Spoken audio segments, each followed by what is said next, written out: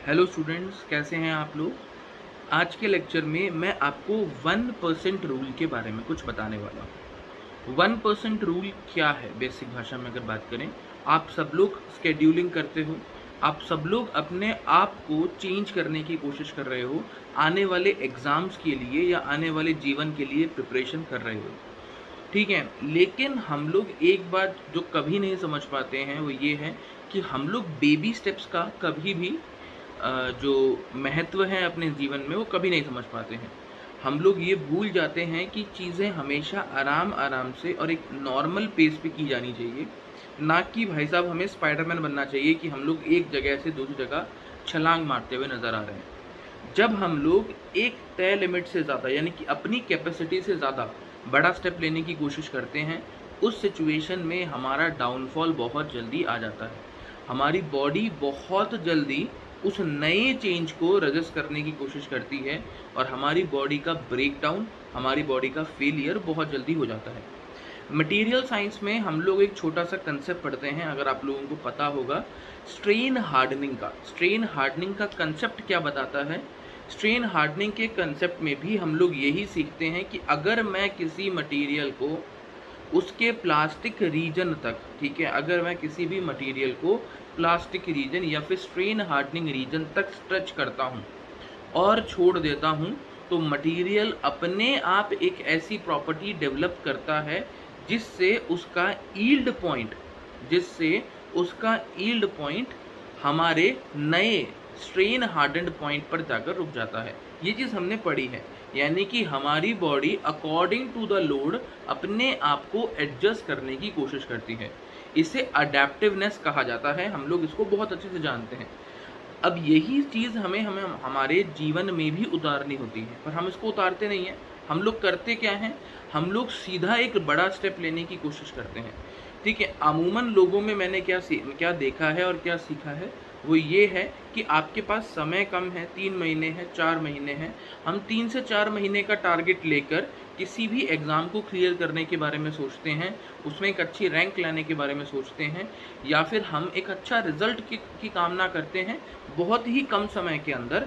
पर प्रॉब्लम यहाँ पर आ जाती है कि हमें ना ही वो सही पाथ पता होता है और ना ही उस सही पाथ तक पहुँचने के लिए या उस सही टारगेट तक पहुँचने के लिए हमें कितनी मेहनत करनी है उसका अंदाज़ा होता है। तो एक बात याद रखिए, जब तक आपको पाथ नहीं पता होगा, जब तक आपको डिस्टेंस नहीं पता होगी, आपके लिए किसी भी टारगेट को अचीव कर पाना नामुमकिन है।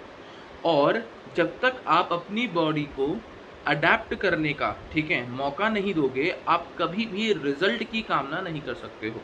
तो किसी भी एग्जामिनेशन को उसके तय स्टैंडर्ड ड्यूरेशन से कम पढ़ना आपके लिए नुकसानदायक है। हमेशा स्केड्यूल बनाते वक्त एक बात पर हमेशा गौर रखिएगा, वो ये है कि जिस सब्जेक्ट को आप पढ़ रहे हो, ठीक है, उस सब्जेक्ट को एटलीस्ट जितने घंटे आपने अपने कॉलेज में अलॉट कर रखे थे, कॉलेज का अगर आप स्केड्यूल देखोगे तो हर कॉलेज अपने हर सेमेस्टर के अंदर हर सब्जेक्ट को एक तय सब्जेक्ट लिमिट के हिसाब से आवर्स अलॉट करता है। आपको उसी तौर से, उसी तरीके से, क्योंकि आपको खुद से पढ़ना है, खुद से समझना है, लगभग 1.5 गुना समय उस सब्जेक्ट के लिए अलॉट करना ही चाहिए, ताकि आपके लिए उस सब्जेक्ट को समझना और उस सब्जेक्ट में एक अच्छी प्रोफिशिएंसी लाना आसान हो जाए, ठीक है, राह आपके लिए आसान रहे। तो 1% रूल क्या है, अब मैं आपको वो बताऊंगा। 1% रूल का बेसिक छोटा सा मतलब ये है कि हम जितना आज कर रहे हैं उससे 1% कल बेहतर करेंगे। बस इतना सा आपको याद रखना है। आप आज से कल 1% ज़्यादा बेहतर होगे, हमें बस इतना सा टारगेट लेके चलना है। मतलब अगर मैं आज 30 मिनट पढ़ता हूँ, तो कल मैं कम से कम 30 मिनट से 1% ज़्यादा समय तक पढ़ने की कोशिश करूँगा।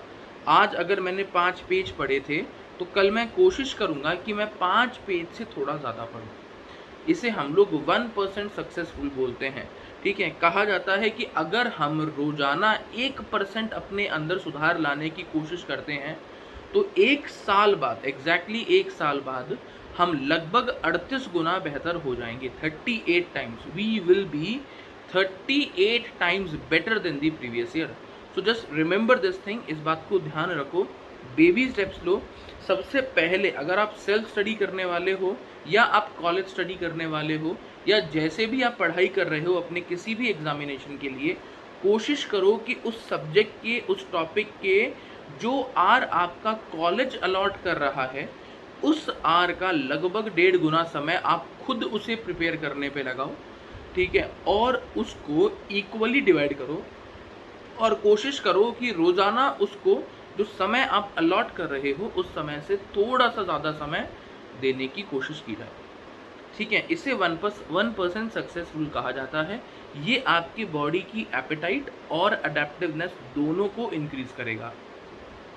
एक और बात कि हमें हफ्ते का एक दिन रेस्ट लेना चाहिए, जैसे कि जिम वगैरह अगर आप लोग जाते हैं तो जिम में भी कहा जाता है कि हफ्ते में 5 से 6 दिन ही वर्कआउट करना चाहिए, 7 दिन वर्कआउट नहीं करना चाहिए, 2 दिन रेस्ट देना चाहिए बॉडी को। अब ये 2 दिन जो रेस्ट हम हमारी बॉडी को दे रहे हैं, इस रेस्ट वाले दिन कोशिश करो कि हफ्ते का एक दिन ऐसा हो जिस दिन आप सिर्फ और सिर्फ रिवीजन के बारे में बात कर रहे हो, कुछ नया पढ़ने का नहीं सोच रहे हो, ठीक है। हर एग्ज़ाम के लिए एक लिमिटेड टाइम बनाओ और कोशिश करो कि ज़्यादा से ज़्यादा चीज़ें आप लोग कैसे करोगे, ज़्यादा से ज़्यादा समय आप नया पढ़ने के लिए दे रहे हो इनिशियल डेज़ में, और जैसे जैसे दिन बीतते जा रहे हैं रिवीजन का टाइम बढ़ाते जा रहे हो, ठीक है। इस बात पे अगर आप फोकस करेंगे तो चीज़ें हमारी बहुत अच्छी हो जाएंगी।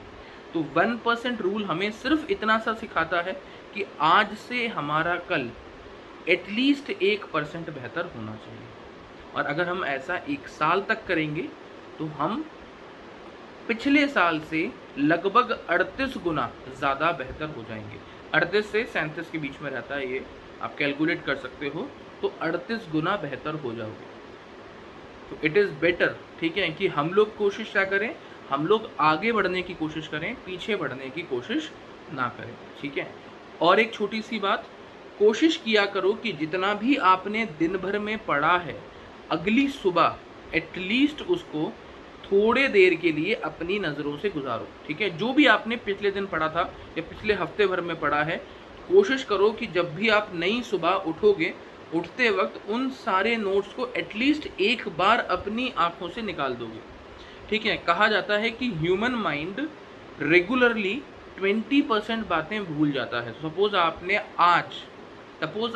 आज 100 पन्ने पढ़े थे, तो कल आपका दिमाग उनमें से 20 पन्ने भूल चुका होगा। अब वो ऐसा नहीं है कि 20 एक साथ होंगे, रैंडमली कुछ ना कुछ पोर्शन होगा बीच में से भूल चुका होगा, पर लगभग 20% के आसपास भूल जाता है। तो हमें उस 20% को भी रिटेन रखना है।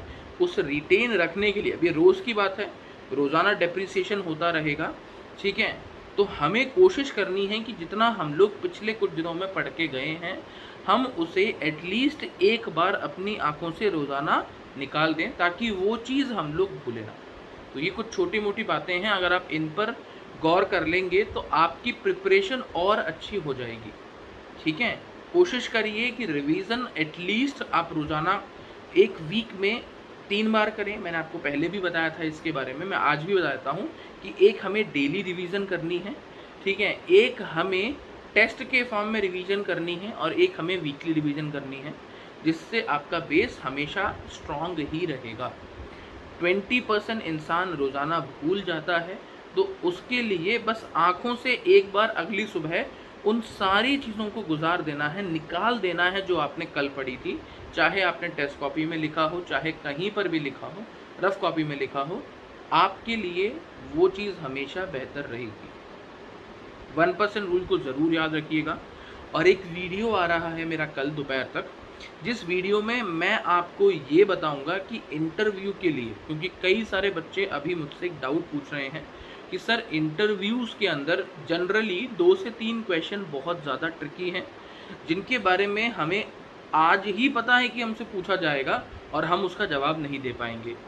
जैसे कि एक बहुत फेमस सवाल है कि सर हमसे ये भी पूछा जा सकता है कि हमारे जो स्टडीज़ के बाद ईयर गैप देखने को मिल रहा है, 1 साल का, 2 साल का, 3 साल का, 4 साल का, कहीं तो 5-5, 6-6 साल का गैप देखने को मिल रहा है। तो उस स्थिति के अंदर हम लोग क्या जवाब दें, क्या बेहतरीन जवाब हो सकता है, कि सामने वाले के सामने हमारी रेपुटेशन भी रह जाए और हमें मार्क्स भी मिल जाए। दूसरा, इंटरव्यू को अपने हिसाब से कैसे गाइड किया जाना चाहिए वो। और तीसरा और आखिरी सवाल जो एक इंटरव्यू के रिगार्डिंग बच्चे के मन में आ सकता है वो ये है कि अगर हम टेक्निकल फील्ड के बंदे हैं और नॉन टेक्निकल एग्ज़ाम की प्रिपरेशन कर रहे हैं तो हम अपनी मजबूरी सामने बैठे इंटरव्यूअर को कैसे समझाएं। तो इन बातों पर एक वीडियो आ रहा है, मैंने रिकॉर्ड कर लिया है, वो कल लगभग डल जाएगा। मर्सिडीज़ बेंज का जो एक्सपीरियंस वीडियो था वो आधा रिकॉर्ड हो चुका है, आधा आज रिकॉर्ड हो जाएगा। तो मोस्ट प्रोबेबली कल आपको या फिर इस वीक के एंड तक आपको मर्सिडीज़ बेंज एक्सपीरियंसेस का भी इंटरव्यू गाइडेंस सीरीज़ में आपको मिल जाएगा। तो this is all from my side today. Channel को लाइक करो यार, सब्सक्राइब करो, सब्सक्राइबर काउंट बढ़ना चाहिए, ठीक है। और तीसरी और आखिरी बात, अपने कमेंट्स ज़रूर किया करो, कमेंट्स बहुत कम हो रहे हैं, चीज़ें अच्छी नहीं लग रही हैं, ठीक है। तो thank you and have a nice day, bye bye.